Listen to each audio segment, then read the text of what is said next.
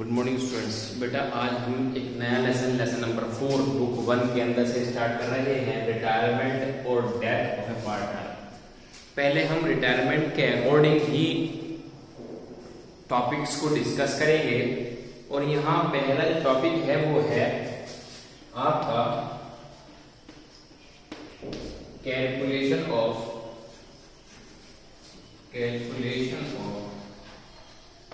New profit ratio.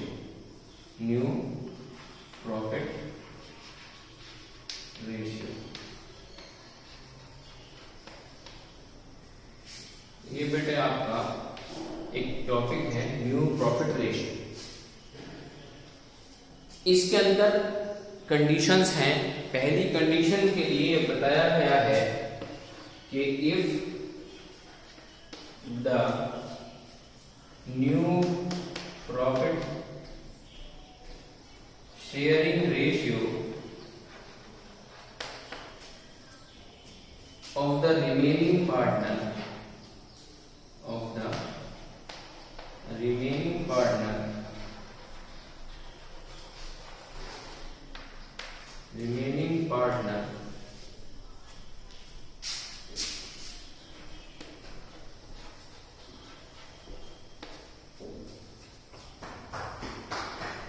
are not given in the question.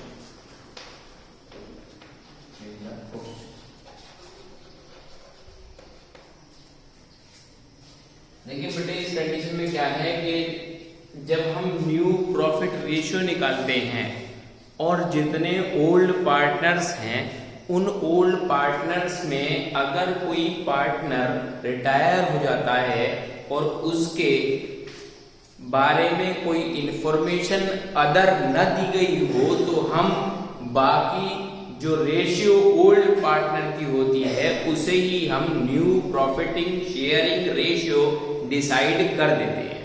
जैसे मैं आपको भी दिखाता हूं, उसने कहा है कि एग्जाम्पल के पॉइंट ऑफ व्यू से कि एक्स वाई और जेड ये पार्टनर्स क्या हैं? पार्टनर्स हैं और इनकी जो रेशियो है वो 5:4:3 है। ये रेशियो ठीक।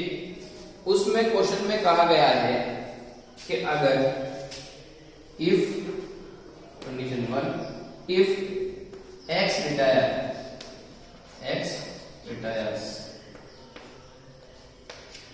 अगर x रिटायर रहता है यानी कि ये पर्सन रिटायर हो गया ये वाला, ठीक है, तो आपकी प्रॉफिट शेयरिंग रेशियो क्या है? 4:3 है। क्यों है? क्योंकि इस रिटायरमेंट वाले पार्टनर के बारे में, उसके शेयर के बारे में, उसकी रेशियो के बारे में ये नहीं कहा गया कि आप इसको बाकी दोनों पार्टनर्स में डिवाइड कर दें।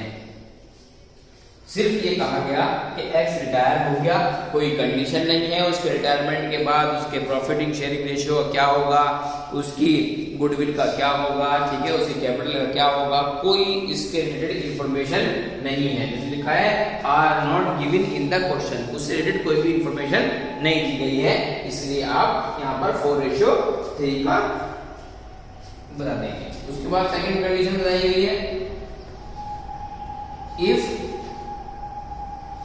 y retires,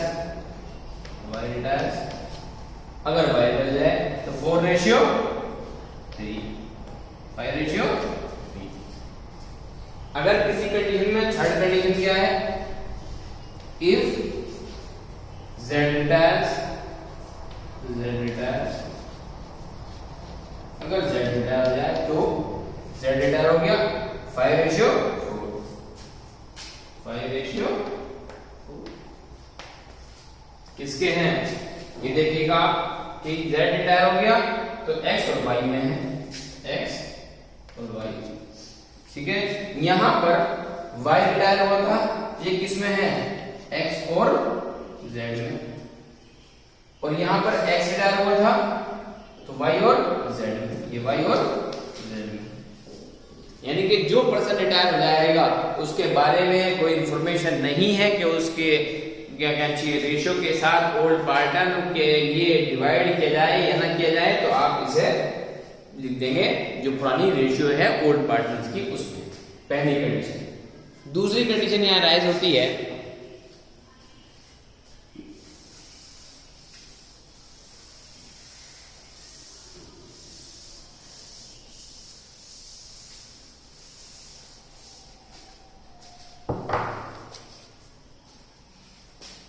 sometimes, दूसरी condition, sometimes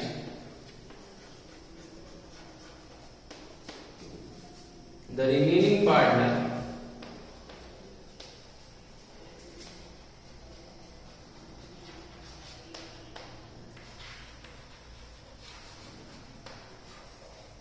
sometimes the remaining partners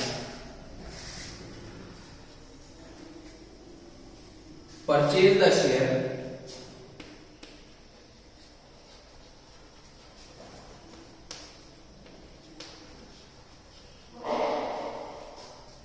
the share of retiring partner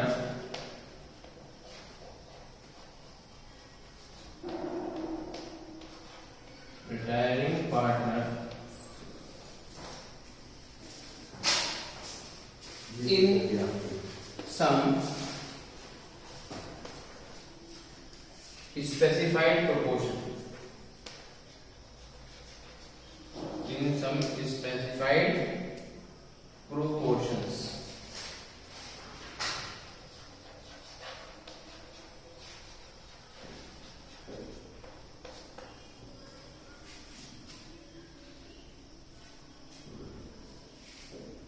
ठीक है।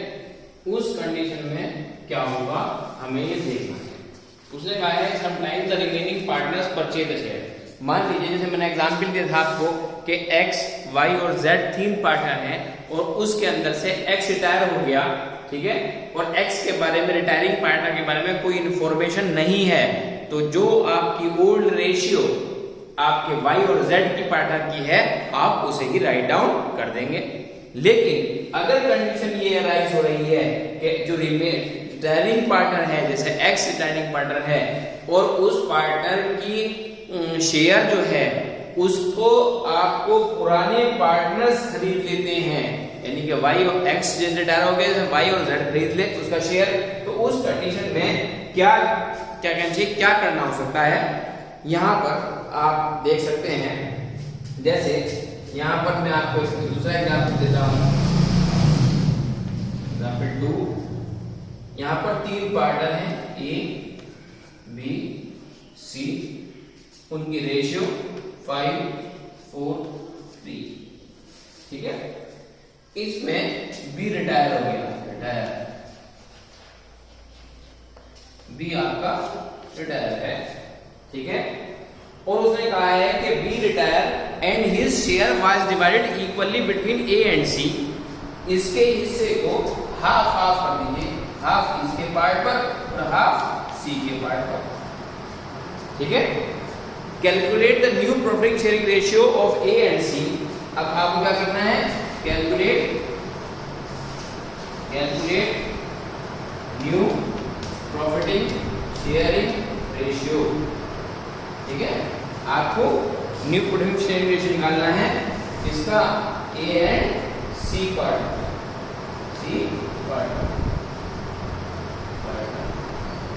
तो आपको ये कैलकुलेट करना है। अब इसको कैलकुलेट करने के लिए क्या किया जाएगा आप ये देखिएगा,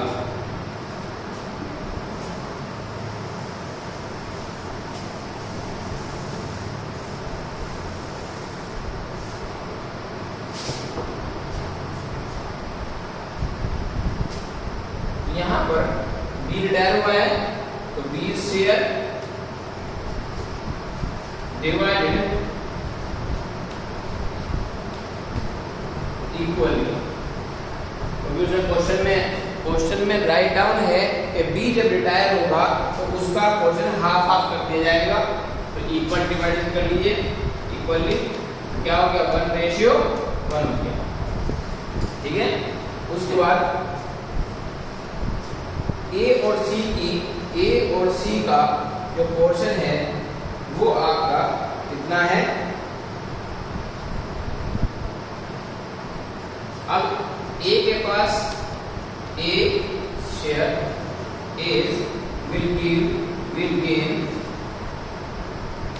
हाफ, ठीक है, और ऐसे ही B gain half,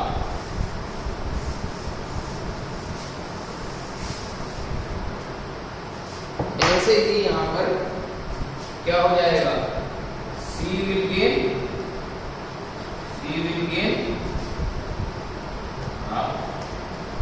B retire हो गया तो बी का दोनों हिस्सा जो है वो किसको मिल गया है, देखिए आप यहाँ पर 5 4 3 है, बी रिटायर है, ठीक है, तो ए और सी को मिल जाएगा हाफ हाफ, वो मिल गया हाफ, ठीक है। उसके बाद यहाँ पर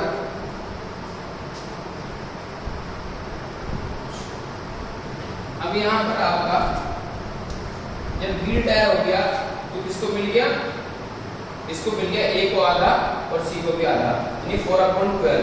तो यहाँ पर आप और इसका हिस्सा मिला बी का 4/12 से और सी का भी 4/12, ठीक है। अब आप इसे कैलकुलेट कर सकते हैं,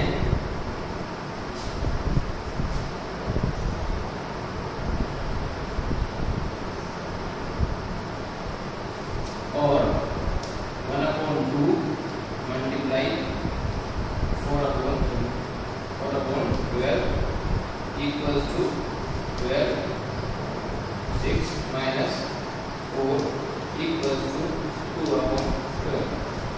ये आपका अब किसका शेयर है, ए का।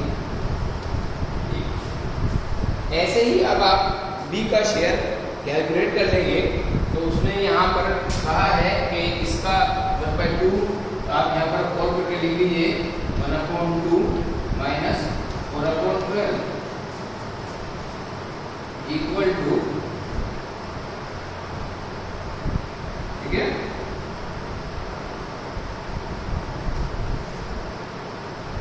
इसका भी आप ये क्या जाएगा कि 12 6 माइनस 4 इक्वल टू 2/12, यानी कि ए से भी ए को भी बी की तरफ से 2/12 मिला है और ए सी को भी बी की तरफ से 2/12 मिला है।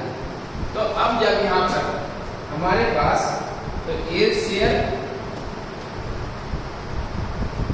इक्वल टू 2/12 प्लस, अब ए का अपने आप में कितना था 5/12, इसमें आप प्लस कर लीजिए 12, 2 + 5 इक्वल्स टू 7/12। अब ए का शेयर कितना है, ये है 7/12, ठीक है। और अब बात करते हैं किसकी, सी की। तो यहाँ पर सी शेयर सी कितना मिला था, इसको भी बी से 2/12 मिला था, प्लस सी का अपना कितना था 3/12 था, इक्वल टू 5/12। अब सी को कितना मिला है 5/12। तो आप ये देखिए कि ए रेशियो सी, तो क्या हो गया, इसका है 7/12 और इसका है 5/12, दोनों के डिनोमिनेटर सेम है, इसलिए आप 7/5 आंसर लिख सकते हैं, ठीक है।